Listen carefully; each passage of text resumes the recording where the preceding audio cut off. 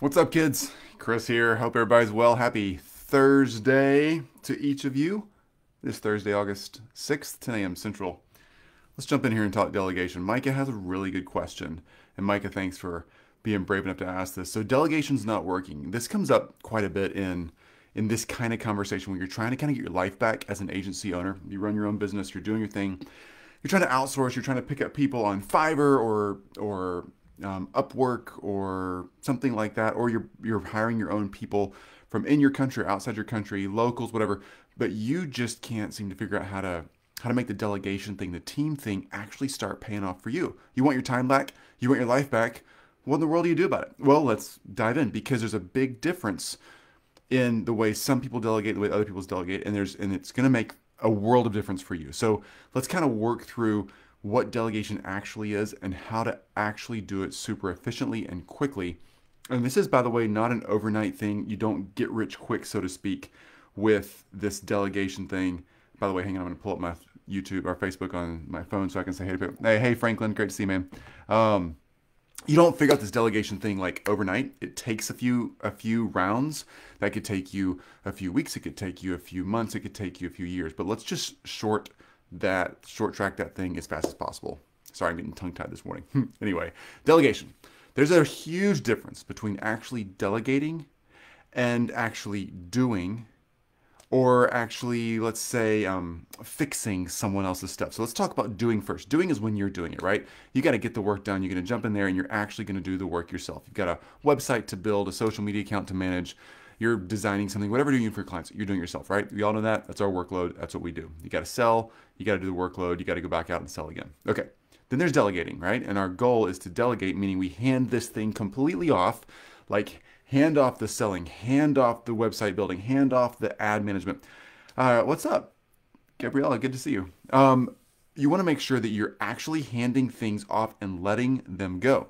Now, here's where most people get stuck in this whole delegation thing. You might have found this great person that wants to help you work and wants to help you as you hand things off.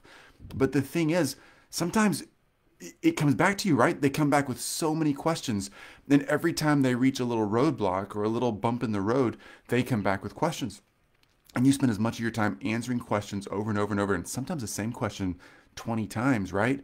Or you're just constantly reteaching the workflow, helping them understand every little nuance, and they're just not taking it off your plate. So you spend as much time worrying about, number one, are they going to do it right, as good as you want them to do it?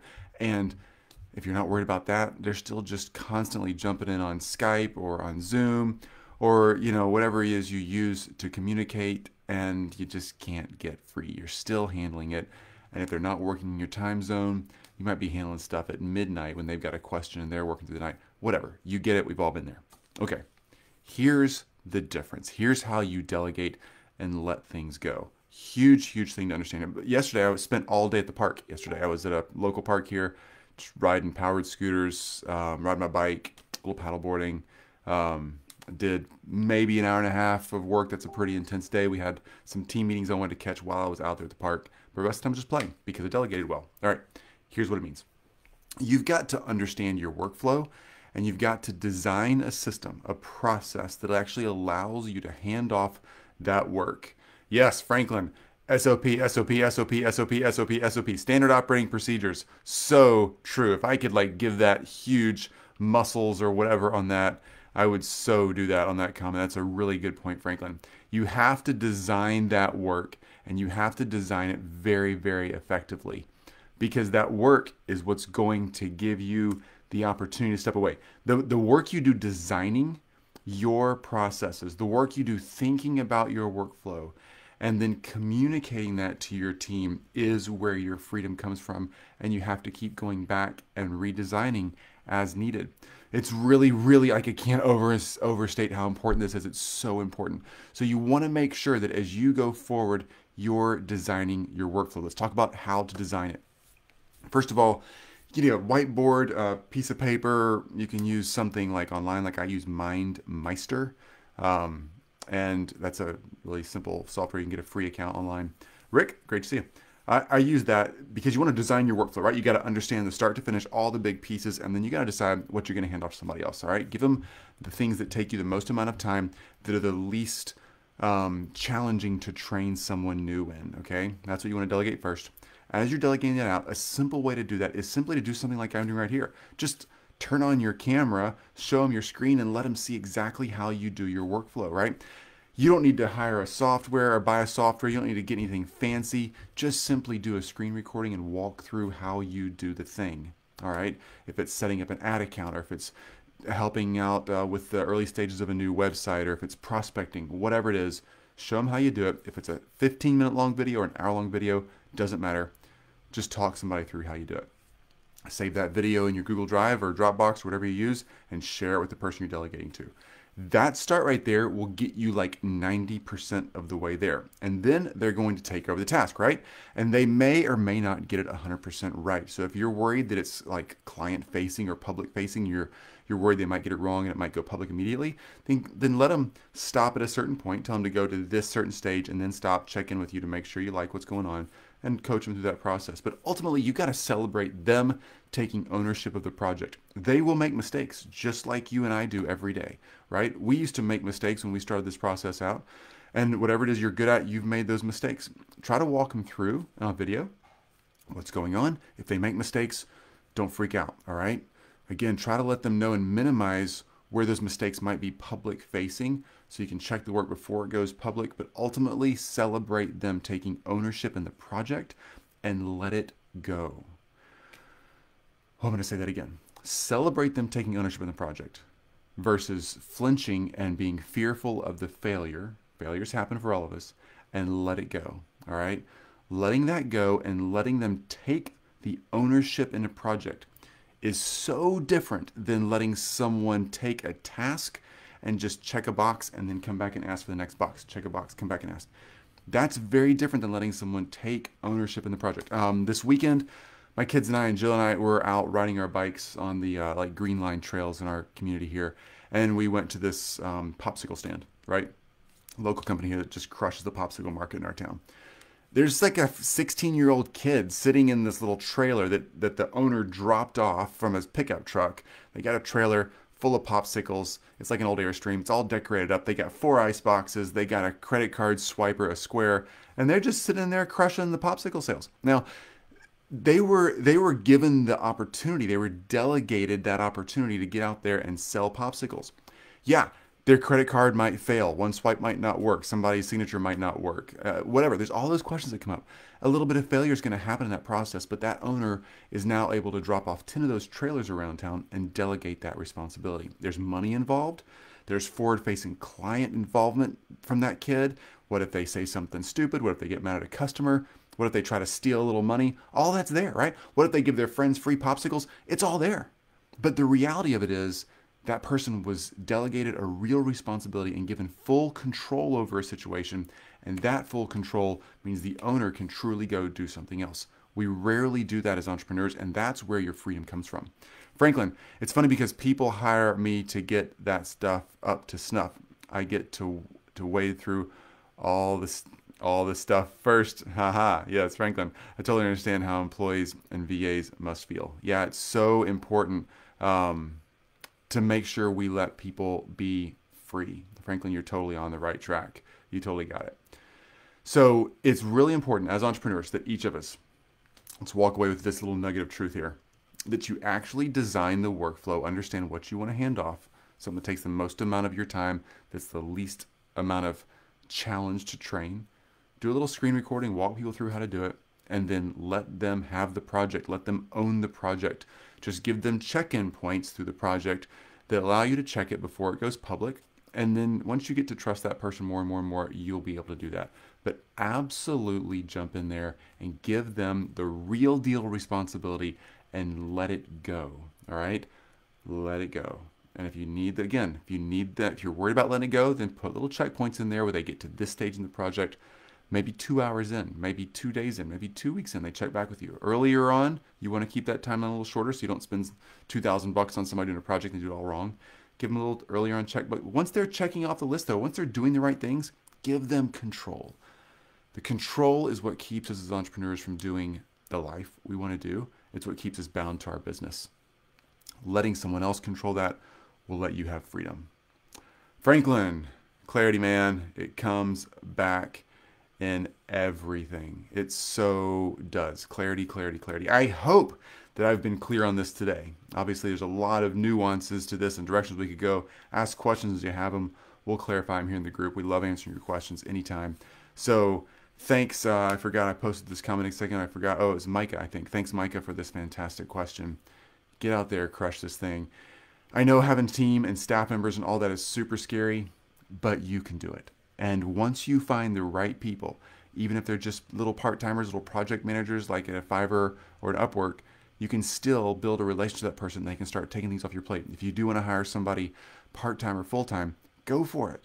But make sure you do real deal delegation. Otherwise, honestly, a couple of people on your team, you'll be working more than you did before you hired them because you'll be managing all the daily ins and outs. You got to truly delegate, truly let go, and become that real visionary and strategist behind your business, letting people do their part and you just designing and giving the strategy to the workflow and the direction of your group. That is where your freedom will come from. I work less than 30 minutes a day, folks. And it's not because I'm rich from some family member or whatever. Jill and I both didn't have families that were capable of that kind of thing and handing it off to us. I work 30 minutes a day because of systems and handing the systems that run our business to really great people that I trust to do the work. And we don't have this huge automated business model that's all like e-commerce funnels and it's just, oh, obviously we just flip the switch. No, we do a done-for-you service for high-end surgeons in subspecialties in niche communities around the United States. All marketing, everything, right? We do the full package just like you do, but we are able to put systems around that. It's all very custom. All of it's there, but we're allowed to do it in less than 30 minutes a day because we put the systems in place and we've actually given our team a chance to own the processes and own the work and be part of it. They love that. We love that. And they get so much more done. Rock. VAs, automation systems like Zapier. Yeah, so great question. VAs versus automated systems like Zapier. Man, anytime you can jump in there and throw like something like Zapier in the mix and get it done, absolutely, right? Why not use technology to its fullest extent? So for instance, if you're building a funnel that goes to a webinar, we just built a new webinar out for our agency. If you're going from a webinar to some sort of a product setup, then yeah, super cool. Whatever automation you can use, like Zapier to integrate all that, fantastic, right? But if it's custom work and really big design work, like custom websites, custom Facebook setups with tons of cool like live messaging, you can't automate some of that. So you got to have staff helping out with that. So absolutely automate with little systems like that, everything you can, which is quite frankly a lot of our work that can be automated. But when it comes to custom work, then yeah, gotta have VAs. And that custom work, like writing and designing and building things, those things just take people. And you can let go of that and you can absolutely be free. So I would start with Zapier on like email automation, calendar automation. There's tons of systems like that. I use Schedule once for our calendar. We use Google Suite for everything we do in our agency, and Gmail, or the branded Gmail version that we have for our agency models. It's great. You can automate a lot of stuff in there. A lot of cool filters and things you can use. It's super easy and really, really cheap compared to everything else. So yes, automate the heck out of it, and then hire people to help you and hand off, truly let go the things that you still need help on. All right, that's it for today. Any other questions? I will totally have time for a minute here. I'm good until 10:30 my time. But if you don't have any more questions, I will jump out of here. Y'all have a fantastic day. I'll keep an eye on this for just a sec while we're wrapping up here. It is Thursday afternoon, and I say this so often on Thursdays. Take some time off this weekend, all right? It is important to force ourselves to shut down on Fridays, Saturdays, Sundays, end of the day on a work day, whenever you take your breaks. Make sure you turn it off, leave the phone alone, shut the computer, go binge Netflix, hang out with friends if you're allowed to in your part of the world right now. Go for a walk, do what you want to do, but definitely let go of work for an entire long period of time, like end of the day through to the next morning until you said, I'm going to get up and work. Like if you say, I'm going to start work at 9 a.m., awesome. Don't check your computer from 5 p.m. when you quit the day before all the way to 9 a.m. Don't check it at night because you're bored. Don't wake up in the morning and hit your phone and hit your email. Let your brain rest. It's just another great muscle in your body, just like anything else. And we got to give that thing some rest after long, hard pushes, sprints, marathons that we're doing mentally every day. We got to rest our brain muscles, right? I know it's not a muscle. I don't need any emails about it not being a muscle. You get it. Rest, rest, rest. That rest that you give your mind will give you the skills, the strategy, the time, the space you need to really be able to design and strategize about your business. You don't have to think about strategizing, just rest. It will start happening. All right. Enjoy your weekend. Pam, great to see you. I'll talk to you all on Monday. I'm going to update here in just a few minutes our announcements for when we're coming up and going to be going live so you guys can stay on track with that. As always, send your questions in here. If you want to figure out how to run an agency like we do, with a lot of profit and not a lot of time involved so you can do the life you want to do, ask the questions. We answer them here free constantly. Love doing that. Knock it out 2 or 3 times a week, and I'll see you on the next round. All right, bye guys and gals. Stuart, man, we're just jumping out here, but great to see you, and we'll talk to you next week. Bye.